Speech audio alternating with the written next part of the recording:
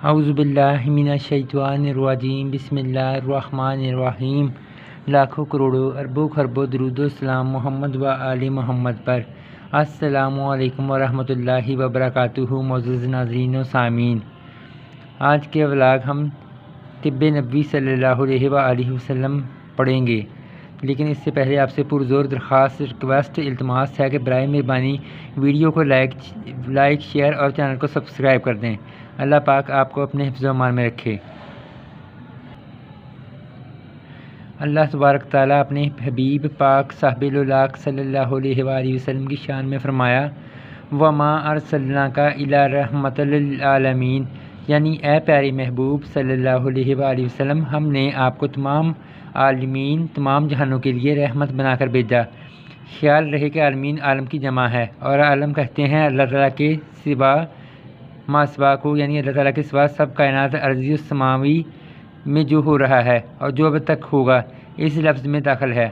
اس کی بہت سی قسمیں ہیں، مثلا عالم امکان، عالم امر، عالم انوار، عالم برزخ، عالم برزخ، عالم ارواح، عالم جسام، عالم ملائکہ وغیرہ۔ اس کے علاوہ بہت سی اقسام ہیں۔ پھر بعض اقسام کی آگے اور شاخیں ہیں، جیسا کہ عالم جسام میں حیوانات، جمادات، نباتات وغیرہ سب شامل ہیں۔ لفظ العالمین کی اس چھوٹی سی تشریح سے ثابت ہوا کہ ہمارے حضور پرنور شافی یوم نشور صلی اللہ علیہ وآلہ وسلم ما سوائے اللہ تعالیٰ پوری کائنات کے لیے رحمت بن کر تشریف لائے۔ اس لیے یہاں سید عالم صلی اللہ علیہ وآلہ وسلم نے روحانیت کی اصلاح فرماتے ہوئے روح کو کفر و شرک اور بدعت کی صفاقتوں سے پاک و منزہ فرما کر صحیح لطافت عطا فرمائی۔ وہاں ساتھ ساتھ جسمانیات کی بھی اصلاح فرمائی اور ایسے نادر نسخہ جات عطا فرمائے کہ جن کی افادیت میں شک کرنا گمراہی کے سوا کچھ نہیں، کیونکہ دوسرے انسانوں کی طب و حکمت اور نسخہ جات تو محض ان کے لیے اپنے مجرب ہیں، جبکہ طب مصطفیٰ صلی اللہ علیہ وآلہ وسلم خالق کائنات کی طرف سے القاء کردہ ہے، کیونکہ اللہ تعالیٰ خود ارشاد فرماتا ہے، اور وہ محبوب صلی اللہ علیہ وآلہ وسلم اپنی خواہش سے کچھ بات نہیں کہتے، وہ کچھ نہیں فرماتے مگر وہی کچھ جو ان کی طرف اللہ تبارک تعالیٰ کی طرف سے وحی کی جاتی ہے۔ صاف ظاہر ہے کہ خالق جل شانہ اپنی مخلوق کے مزاج سے خوب واقف ہے۔ یہی وجہ ہے کہ جب سرور کائنات صلی اللہ علیہ وآلہ وسلم نے ایک شخص کے بھائی کے پیٹ درد کا علاج شہد ملا پانی تجویز کیا تو یہ ارشاد فرمایا، اللہ تعالیٰ سچا ہے اور تیرے بھائی کا پیٹ جھوٹا ہے۔ اس سے ہر صاحب عقل اندازہ کر سکتا ہے کہ عام انسانوں مثلا جان لیس وغیرہ کی طب اور طب نبوی جو سراسر وحی الہی ہے میں کتنا نمایاں فرق ہے، مگر یہ خیال رہے کہ طب نبوی سے فیض حاصل کرنے کے لیے حب نبوی صلی اللہ علیہ وسلم کی اشد ضرورت ہے، کیونکہ جب تک حب نبوی نہ ہوگی طب نبوی سے فائدے کا حصول مشکل ہے۔ ہر شخص جانتا ہے کہ سورج کی روشنی میں چمگادڑ کو کچھ نظر نہیں آتا۔ ہر شخص جانتا ہے کہ سورج کی روشنی میں چمگادڑ کو کچھ نظر نہیں آتا۔ بارش ہر زمین کو فائدہ نہیں دیتی۔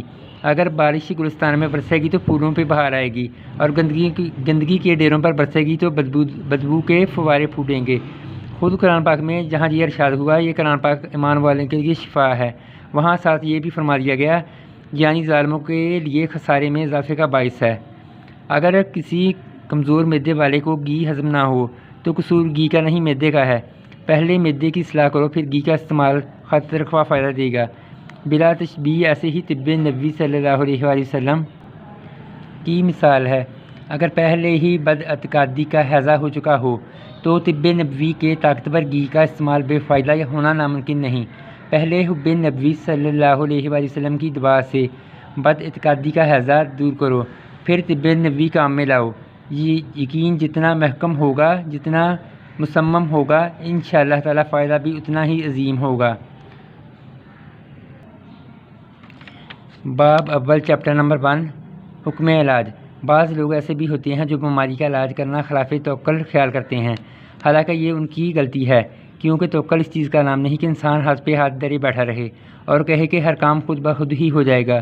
خود سرور کائنات صلی اللہ علیہ وآلہ وسلم نے توکل کے ساتھ عمل کا بھی حکم فرمایا، بلکہ عملاً ایسا کر کے دکھایا۔ مثلاً میدان جنگ میں بنفس نفیس تشریف لے گئے، کفار سے مقابلہ فرمایا، اللہ تعالیٰ پر بھروسہ کیا، یوں نہیں کیا کہ مدینہ طیبہ میں تشریف فرما ہے اور بغیر عمل کے ہی توکل کیا ہو۔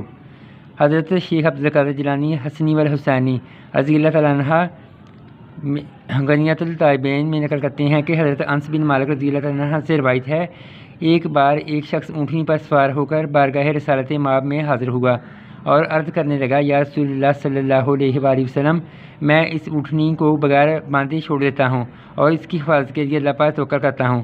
تو حضور اقدس نور مجسم رحمت عالم صلی اللہ علیہ وآلہ وسلم نے فرمایا، پہلے اس کو باندھو، پھر اللہ تعالیٰ پر بھروسہ یعنی توکل کرو۔ حق یہ ہے کہ دعا کرنا بھی تقدیر الہی سے ہے۔ حدیث پاک میں ہے کہ حضور سرور کائنات صلی اللہ علیہ وآلہ وسلم نے کسی سے عرض کیا، کیا علاج کرنا تقدیر الہی کو لٹا سکتا ہے؟ تو حضور روح دو عالم صلی اللہ علیہ وآلہ وسلم نے فرمایا، علاج بھی تقدیر الہی سے ہی ہے۔ حاکم۔ حضرت ابو ہریرہ رضی اللہ تعالیٰ عنہ سے روایت ہے کہ رسول اللہ صلی اللہ علیہ وآلہ وسلم نے فرمایا، اللہ تعالیٰ نے کوئی بیماری نہیں اتاری مگر اس کے لیے شفا بھی نازل فرمائی۔ بخاری شریف، مشکوٰۃ شریف، کتاب الطب البرقی۔ حضرت جابر رضی اللہ عنہ سے مروی ہے کہ رسول مقبول صلی اللہ علیہ وآلہ وسلم نے فرمایا، ہر بیماری کے لیے دوا ہے، جب دوا بیماری کو پہنچ جائے گی تو اللہ تعالیٰ کے حکم سے مریض اچھا ہو جائے گا۔ سبحان اللہ۔ مسلم شریف۔ حضرت اسامہ بن شریک رضی اللہ تعالیٰ عنہ فرماتے ہیں کہ لوگوں نے عرض کی، یا رسول اللہ صلی اللہ علیہ وسلم، ہم دوا کیا کریں؟ فرمایا، ہاں اے اللہ کے بندو، دوا استعمال کیا کرو، کیونکہ اللہ تعالیٰ نے کوئی بیماری پیدا نہیں فرمائی مگر اس کے لیے شفا پیدا فرمائی ہے، سوائے ایک بیماری کے کہ وہ بڑھاپا ہے۔ امام احمد، ترمذی، ابو داؤد۔ آج کا ولاگ یہیں پہ ختم کرتے ہیں۔ تمام معزز ناظرین و سامعین سے پرجوش درخواست ہے کہ برائے مہربانی ویڈیو کو لائک، شیئر اور چینل کو سبسکرائب کریں۔ اللہ پاک آپ کو اپنے حفظ و امان میں رکھے۔ برائے مہربانی میری مدد کریں، مجھے سپورٹ کریں۔ اللہ پاک آپ پہ لاکھوں کروڑوں اربوں خربوں رحمتیں فرمائے۔ اب دیجیے اجازت، اگلے ولاگ میں انشاءاللہ ہم حرام ادویہ پڑھیں گے۔